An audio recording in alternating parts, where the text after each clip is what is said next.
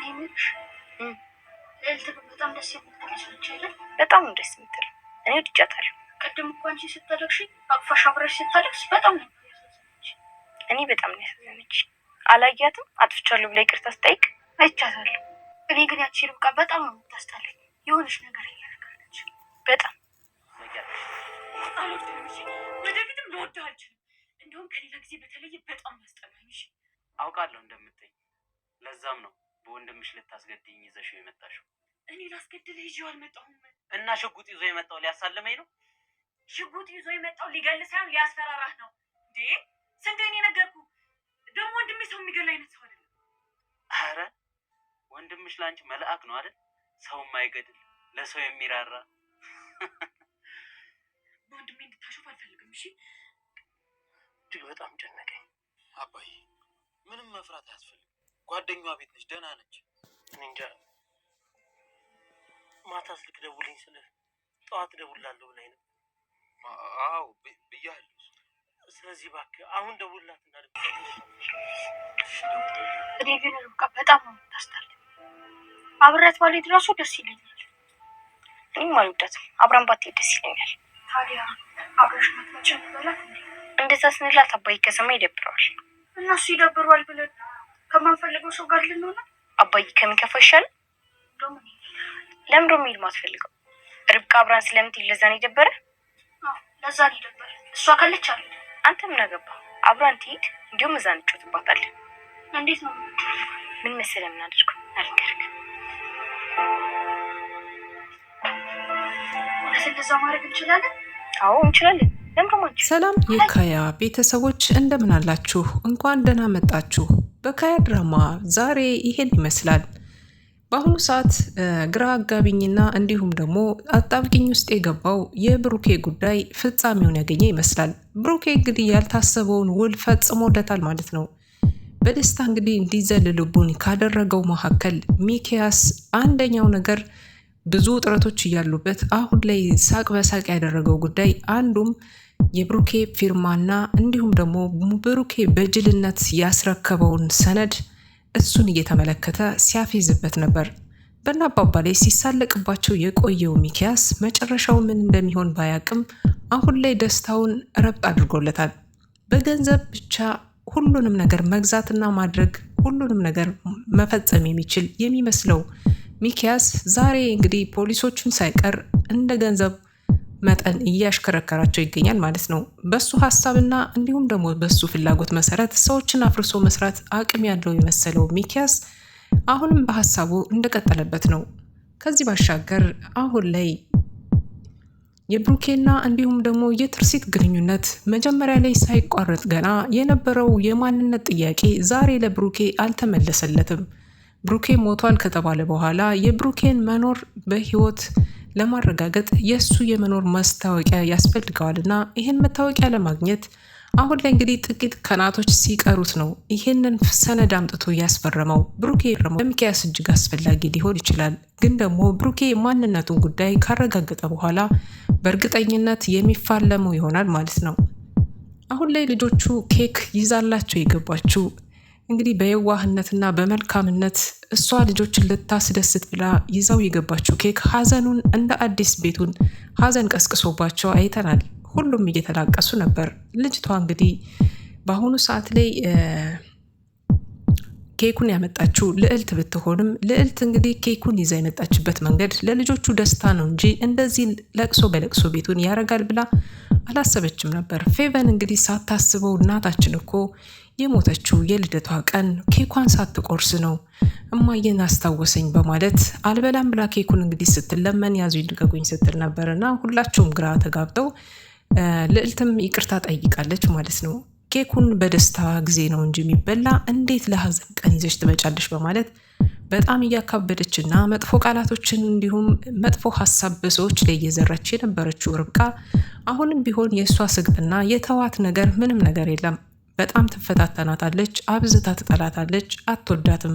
ምክንያቱም ደግሞ ከብሩኬ ዙሪያና በብሩኬ አጠገብ ላይ የሚገኙ ሴቶች በሙሉ የብሩኬ ሚስቶች ወይም ደግሞ ብሩኬን የሚወስዱባት ስለሚመስላት ርብቃ ሁልጊዜም ቢሆን ጠላቶቿን እንግዲህ ቀድማ ለመዋጋት ያሰበች ናት ማለት ነው። ለዚህ ነው ርብቃ የነኳትን ነገር ማንም ሰው የእሷ የሆነውን ነገር እንዲነካባት የማትፈልግና መከላከሏንም አብዝታ በሴቶች ላይ ብቻ አጥብቃ ታደርጋለች ማለት ነው። አሁን ላይ እንግዲህ ልዕልት ከቤቱ ቤተሰብ ወይም ደግሞ የቤቱ አባል መሆኗን በይፋ እየታወቀ እየመጣ ነው። ምክንያቱም ደግሞ ልጆቹ በጣም ወደዋታል። ካደረገችላቸው አንጻር ከምትላቸው ነገር አንጻር ይቅርታዋንም ተቀብለው እንዲሁም ደግሞ የይቅርታ ሰው መሆኗን አምነው በሆነው ነገር ሁሉ እንባ አውጥታ ለቀሰች ብለው እነሱም ልጆቹ በጣም ተደስተው ነበር። ካሌብና ፌቨን እንግዲህ ምርጫቸው ስትሆን ልዕልት የካሌብና የፌቨን ደግሞ ሌላኛው ደግሞ አስቀያሚ ብለው እንዲሁም ደግሞ ከማይወዷት ሰዎች አንዷ ርብቃ ናት። ርብቃን በጣም ይጠሏታል፣ አብዝተው በጣም ነው የሚጠሏት፣ አይገልጸውም ይጠሏታል። ከዛ አንጻር ደግሞ የአባታችን እህትም ስለሆነች አክስታችን በጣም ነው ምንጠላት፣ አንወዳትም ብለው ሁለታቸውም እንግዲህ በምክክር በመካከላቸው ገብተው የሆነ ነገር ማድረግ እንዳለባቸው እና መጫወቻ ቦታም አብሬ ሄዳለሁ። ምክንያቱም ደግሞ ይህን ያደረገችበት ምክንያት የነበረ ቅናት ስለነበረባት ልዕልት አብራ ከመሄዷ የተነሳ በዛ መካከል ሊፈጠር የሚችለው ክፍተትን ሌላ ነገር ውስጥ እንዳይገቡ በማለት በማሰብ ነበር እሷም አብራ ተከትላ ልትሄድ የወሰነችው እና ከልጆች ጋራ መጫወቻ ቦታ ስትሄድ እንግዲህ ያላሰበችውን ነገር ውዣ ውዤ ላይ ሰቅለው ሲወዘውዟት ቆይተው እሷም ደግሞ ካላት ውፍረትና ክብደት የተነሳ በጣም እንዴት አድርገን እንችላታለን ምናምን እየተባባሉ ልጆቹ እንግዲህ ከእሷ ጋር ጨዋታውን ደመቅ ሞቅ አድርገውት ምሽታቸውን አሳምረው እነሱ እየሳቁ እሷ ደግሞ ተናዳ የገቡበት ጊዜ ያላቸው ማለት ነው። በአሁኑ ሰዓት እንግዲህ ቤቱ ተናውጧል፣ ቤቱ ሰላም አጧል። ምክንያቱም ደግሞ በአሁኑ ሰዓት ላይ ብዙ ነገሮች እየተፈጠሩ ቢሆኑም ቀጣዩ ነገር ምን ይመጣል የሚለው የትርሲት እናትና የሚኪያስ ነገር በጣም ያሳስባል። ምክንያቱም ሁለታቸውም አሁን ላይ እሰጥ አገባው እየበረታ መጧል። ምክንያቱም ይሄ ነገር በግልጽ ያልተናገሩት ጦርነት ሆኖ እንጂ ሁለታቸው በጣም ለብዙ ነገር እንደሚፈላለጉ ያስታውቃሉ። ሚኪያስ የበላይነቱን እየመራ ይገኛል። ከዚህ በቀጣይ ደግሞ የትርሲት እናት እንግዲህ ልጆቹ ግማሹ ፐርሰንት አላቸው፣ ሌላውን ቀሪውን ደግሞ እኔ ወስዳለሁኝ፣ አንተ ሩብ ፐርሰንት ትወስዳለህ፣ ለብሩኬም ደግሞ በማንኪያ ሰጠዋለሁ፣ እኔ በካፍ አብሳለሁ በማለት እሷም እንግዲህ የሚገባኝን ወስዳለሁ እያለች ትገኛለች። ይሄ ሀብትና ንብረት የማን እንደሆነ ሁላችንም የምናውቀው ነው። የብሩኬ እንግዲህ ላቡን ጠብ አድርጎ እሱና ሚስቱ የሰሩት ሀብትና ንብረት ነው። ግን ደግሞ ዛሬ ላይ ተቀራማቾቹ በዝተውባቸዋል ማለት ነው። ከዚህ መካከል ሚኪያስ እንግዲህ በገንዘቡ እየገዛቸው የሚገኙ ብዙ ነገሮች አሉ። ሚኪ በዚህ ከቀጠለ ብዙ ነገሮችን ማበላሸት እንደሚችል አቅም እንዳለው እያሳያቸው ይገኛል ማለት ነው። የሰዎቹን ቤት ሊሰራላቸው በአሁኑ ሰዓት ላይ እንዲጀምሩ ውሉን እንግዲህ የተፈራረሙት ንብረቱ ላይ ምንም ተደራሽነት የለኝም፣ ምንም ነገር የለኝም፣ ስለዚህ ቤቱ ግን ይሰራ የሚለው እንግዲህ ውላቸው ላይ የጸደቀው ዋነኛው ፊርማ ነው። ያለምንም ማንገራገር ይሁን ብሎ በትዝብት ዓይን እየተመለከተ የሚወደው አብሮ አደጉ የነበረው ጓደኛው ትናንትና ብዙ ነገር ያሳለፉትን በትኩረት እየተመለከተ ይመስላል። እንደዛ ሆኖ ፈርሞለታል። ሚኪያስ እንግዲህ ጥርሶቹ ወተት እስኪመስሉ ድረስ እየሳቀበት እየተሳለቀበት ነበረ። ብሩኬ ከትናንትና ማንነቱ ምንም ቢሆን ትናንትናን የተሻለ አደርገዋለሁ፣ ዛሬንም ደግሞ ቀጥላለሁ በማለት የሰዎችን ውድቀት ብቻ ባለመሻቱ ዛሬ ላይ እንግዲህ ይሄንን ፊርማ ፈርሞ ደስታ በደስታ አድርጎታል ማለት ነው። ይሄንን ደስታ እስከ መቼ ዘላቂ ሊሆን ይችላል ብላችሁ እናንተ ታስባላችሁ?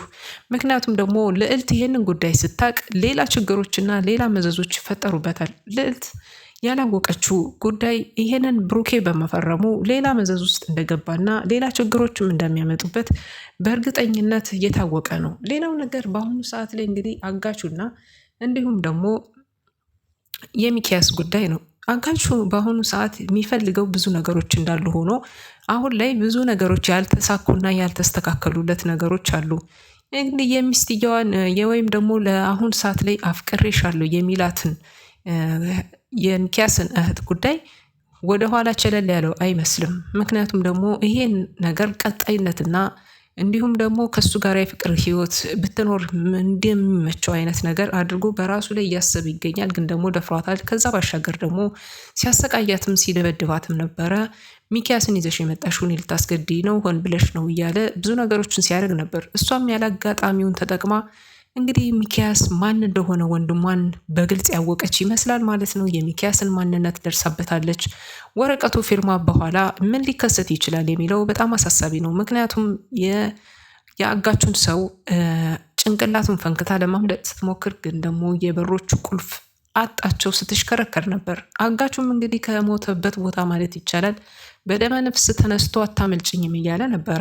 ምን ይፈጠር ይሆን እዛ ቦታ ላይ? ማህሌት ምን ትሆን ይሆን? በጣም ከባዱንና መጥፎውን ጊዜ እንዴት ሁና ታልፈዋለች? ማህሌት ዛሬ ላይ እንግዲህ በአጣብቂኝ ውስጥ ትገኛለች ማለት ነው።